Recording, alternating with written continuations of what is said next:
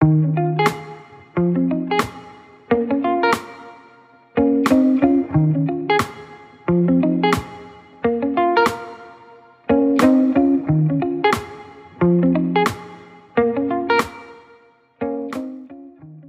dia, estamos aqui com Jade. Jade. A gente é um grupo de estudantes da UFPB e a gente está fazendo um trabalho de pesquisa com o tema de espécies exóticas e que são consideradas invasoras aqui na região. E a gente queria saber de você se você tem conhecimento de alguma delas, algum exemplo, ou se já ouviu falar alguma vez na vida, ou se realmente não sabe de nada. Não sei. Pronto, a gente vai te entregar agora um panfletinho e aqui tu consegue ver uns exemplos práticos e algumas informações adicionais sobre eles. Como foi o caso, tu não sabia, então agora tu pode ter um conhecimento maior. Tá certo. Muito obrigada. Obrigado você. Não, acho que o único contato que teve foi um animal que entrou no nosso condomínio. A gente mora perto da universidade, assim, é um animal exótico que eu posso considerar, né? Tipo uma iguana, não sei o que era aquilo. Era uma iguana. Tudo bem. Então, mais ou menos, né? Espécies invasoras são aquelas que não habitam naquele habitat natural e vêm para invadir. Isso mesmo, muito bem. A gente vai te entregar agora um panfletinho com alguns dados e alguns exemplos adicionais e exemplos mais práticos assim que você pode ver, você pode ter um conhecimento maior, então você pode dar uma lidazinha. Muito obrigado. E é isso. Bom, muito bom. Hoje a gente vai falar sobre um tema que, apesar de ter muitas implicações no nosso dia a dia, ele não é muito discutido, a gente não fala muito sobre ele, que é espécies exóticas invasoras. Bem, o documentário que você vai ver agora, a gente vai falar para você um pouco sobre o que é espécies invasoras e outros conceitos e mostrar os danos causados por esses animais quando eles são inseridos em um lugar que eles não eram para estar, um habitat que não é deles. Bom, a princípio a gente precisa entender o que são as espécies invasoras, já que nem toda espécie inserida ela pode ser considerada invasora. Determinada espécie exótica só é tida como invasora quando a introdução e a dispersão desta ameaça a diversidade biológica naquela região. Para facilitar o entendimento, a gente pode dividir a etapa de invasão biológica em três partes: a introdução da espécie, a naturalização desta e a fase de invasão propriamente dita. A introdução da espécie implica dizer que essa já ultrapassou barreiras biológicas. A maioria das espécies inseridas elas conseguem se estabelecer no território e até são capazes de reproduzir, mas não conseguem formar populações estáveis e, por esse motivo, elas necessitam de frequentes reinserções para garantir a persistência naquela região. Já a etapa de naturalização implica dizer que não há mais barreiras geológicas capazes de impedir a abundância dessa espécie, como, por exemplo, a existência de predadores naturais. E com o passar do tempo, as espécies já naturalizadas e estabilizadas no novo ambiente vão começar a aumentar significativamente a sua abundância populacional e sua dispersão no território nacional, implicando assim na última fase, que é a invasão propriamente dita. Agora estamos aqui com o professor Abraão, médico veterinário e biólogo. Então, professor, o senhor pode explicar para a gente a diferença entre um animal exótico e um animal silvestre?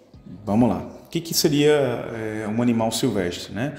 Silvestre vem de silvio, que quer dizer aquilo que tem na nossa mata, aquilo que está aqui perto da gente, né? Então seria aqueles animais que estariam presentes na nossa fauna enquanto território nacional. Então, se você for para as normativas do IBAMA, você vai ver que o que ocorre no nosso território nacional, mesmo sendo por migração, é considerado animal silvestre. E exótico é exatamente o contrário, aquele animal que não pertence à nossa fauna, mas que por algum motivo está aqui. Vamos dar dois exemplos bem práticos, né?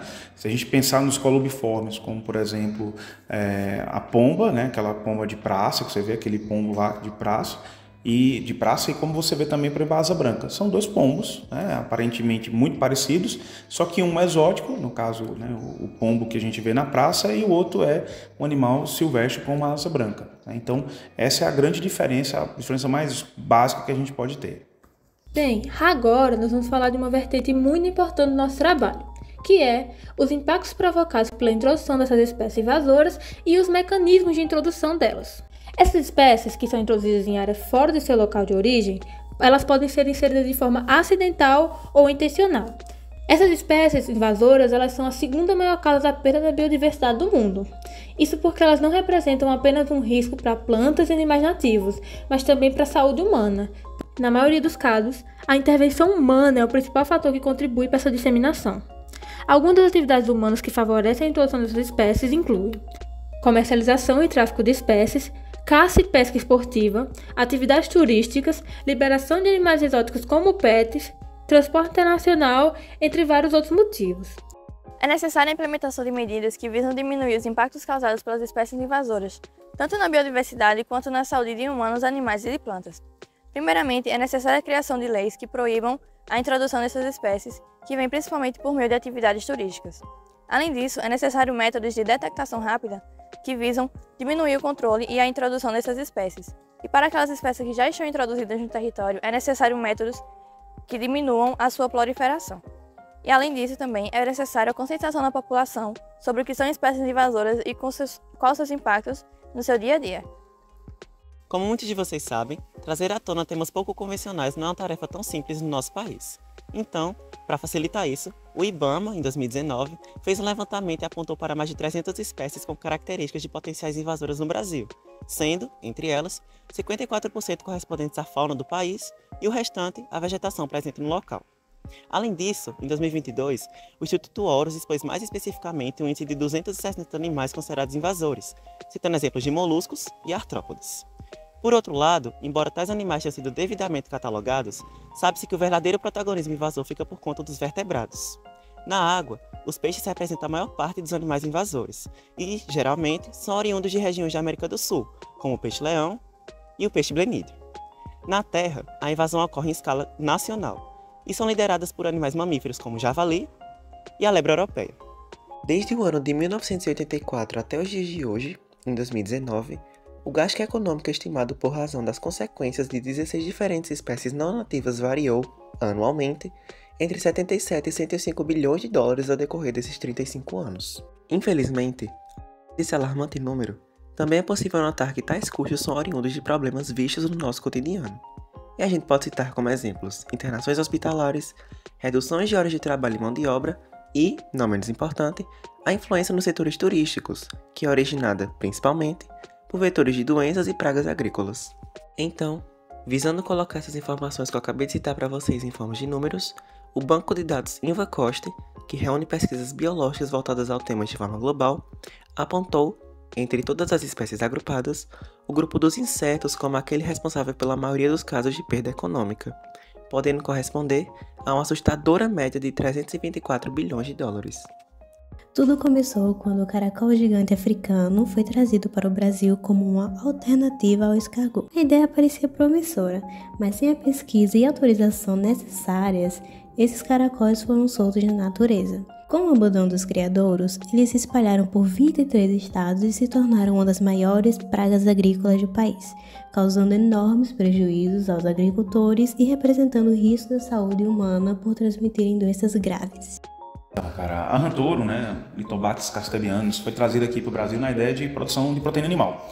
Só que não caiu muito no gosto brasileiro, e aí acabou que muitos criadores desistiram do cultivo e acabaram liberando esses animais da natureza. Quando não liberaram, acabou acontecendo fuga.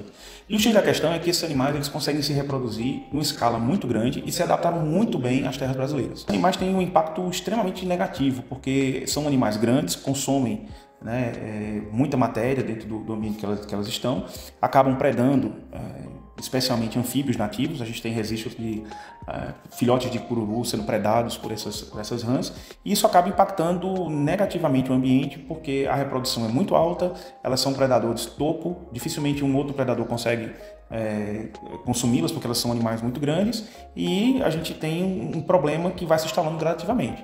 E, como vocês podem ver, aqui ele tem um exemplar. Esse é um macho que só tem 300 gramas, e olha o tamanho desse bicho. E eles podem pesar até 1,5 kg. E esses animais eles têm um impacto muito grande na fauna da gente, principalmente porque eles são grandes. A gente, eu acho que bem maior do que alguns anfíbios que a gente tem aqui. E esses animais eles conseguem comer tudo que cai na boca deles. Então, qualquer anfíbio menor que esse animal, ele consegue engolir.